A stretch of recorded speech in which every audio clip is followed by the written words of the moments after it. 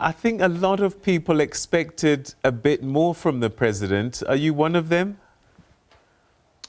I don't know if I'm one of the people who expect any more from these particular broadcasts. What I think is interesting is that we're getting sort of large sweeping statements about what's happening. And then we have to wait a day for the minister or the officials to then give us the details. And I think, it's important for us to have, particularly on issues of schooling, given that we're on a Thursday night, and if the schools are to close at the end of business tomorrow, people do need to know more than 12 to 24 hours in advance how they're going to take care of their, child caring and other activities that will be impact on suddenly having children at home. And that, I think, is part of the timing issue in politics, which also comes across in the second half of the president's address when he spoke about corruption. I think in politics, timing is very important. And in managing a crisis, when you make a statement, it says very much about whether or not you're actually coping or whether you're simply going through the motions of trying to cope. All right, so we're going to break down some of those issues that you've raised now. But right at the top, I am curious that he only talked about public schools. We already have this inequality and this gap between the haves and have-nots, and it looks as if it's playing out even more. Yes, it certainly does look that way, though I suspect that there is an assumption that private schools on the three-term system may have all of August off anyway. But there are certainly schools that are not public that do not have the three-term system and back to classes 2 weeks ago or 3 weeks ago. And so I think we will have to wait to hear from Minister Motshekga or her officials exactly how that system is going to work. And here I think the courage and the political conviction of the political appointees in the education portfolio will need to be bucked up, because in the end, the bureaucratic officials who are in control of national education. And so therefore, they should be able to design one system that fits for everybody. We cannot have a class distinction where those with money will continue to have preparation and those without money will end up having a system where, with an already high dropout rate of half the people who start school don't finish the grade 12 system within 12 or 13 years, now being impacted additionally by missing out additional school hours. And so I think that part of the crisis that I see here is that there's very much a wish on the part of everybody involved to return to systems and habits of operation that worked before the crisis, when the institutions were already dysfunctional, to return to those systems under great stress and great dysfunction. And that's certainly not possible. And I think it's long past time for us to start thinking much more creatively about managing education in this society and managing all of the other processes that our social institutions are proving to be so inadequate to. All right. So on a political front, do you think that pressure from groups such as SADTU perhaps might be looking at this and saying that we forced the issue and won the day?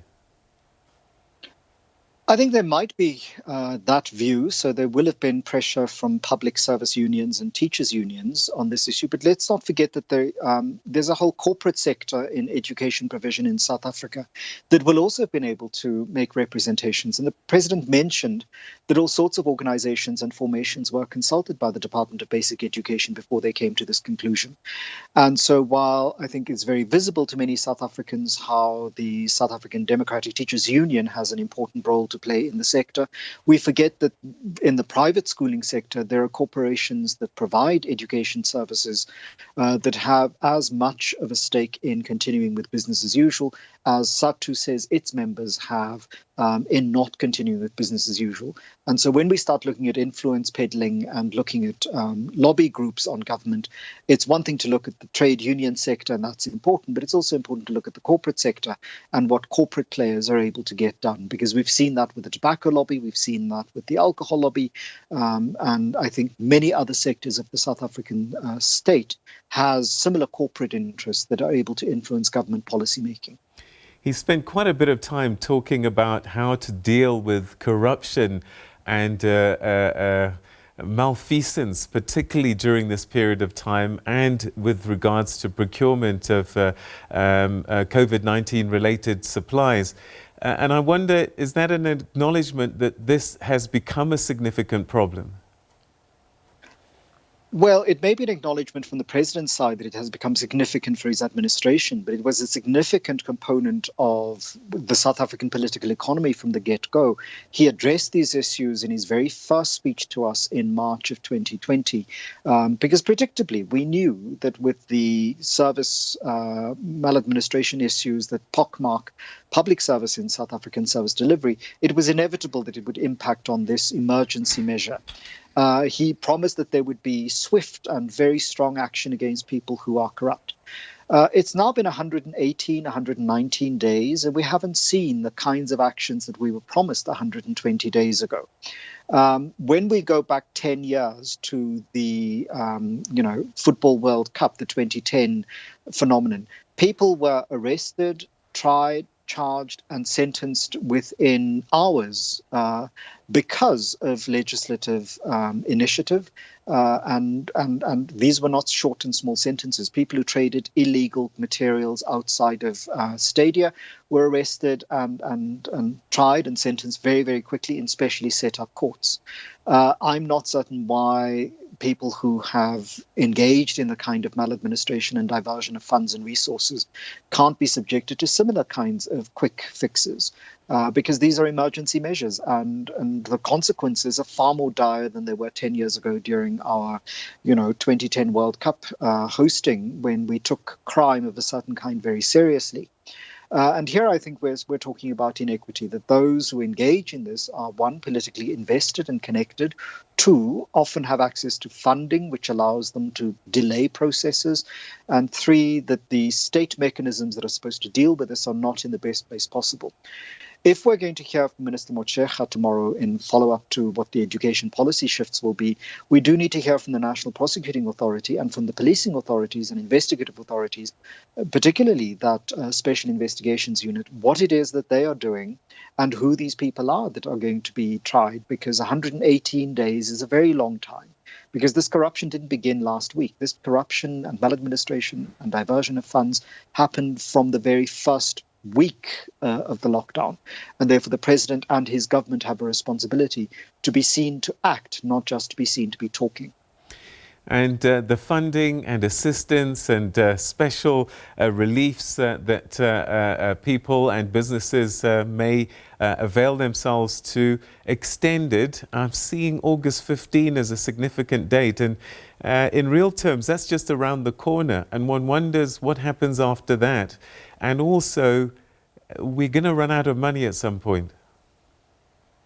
Well, there are these reports and rumors that we've approached, and the International Monetary Fund has agreed that we've approached as a country the IMF for assistance. And I think we do need to start thinking more creatively about how to manage the crisis consequent to this interruption to life as we knew it. Money is not the only way in which this is going to be resolved. It is an important aspect of it, and certain kinds of changes have to be implemented. Those include tighter control of municipal finances and local government finance expenditures. But also, I think there has to be a rethink of the way in which bureaucracy works, because at the moment, the bureaucracy around the UIF and the fraud that the president mentioned there involve people who are simply trying to profiteer off of this crisis and do so very well. And those are not the small people. Those are known corporations. The 800 companies that violated the Competition Commission regulations and did price hiking, those are not just small players. Those are not, tiny individuals who get their stalls removed or get arrested for trading fruit under lockdown regulations that violated. These are major corporations, and we have a history in post-apartheid, post-millennial South Africa of, let's not forget the bread phenomenon of a few years ago, where people, colluded to have the bread price hiked. And those kinds of collusions happen all the time. Price fixing happens, and everybody has noted how the cost of ordinary food items have increased, and this has been impacting the poor very, very severely. So those school feeding schemes that, the minister said that she wasn't necessarily responsible for are crucial to keeping not just people alive, but to prevent a developmental backlog because of the nutritional deficits that people in early childhood development would have. that would be lifelong. And so we're not talking about just meeting the emergency, immediate need of people's hunger. We have the future of the society at stake if we don't continue to rethink radically, quickly, and on the hoof how it is we're going to make sure that people are fed, that people can continue to get some kind of skills training in order to make them not just economically viable and active in the future, but actual active citizens and not just recipients of largesse or charity or philanthropy. And that radical rethink was required of us 25 years ago. We are now 25 years late catching up. And the time is now. There is no, tomorrow in which to rethink the process. The society needs to be reinvented during this crisis, not after it. We have emergency triage business of keeping young people fed, of keeping people continually engaged with education.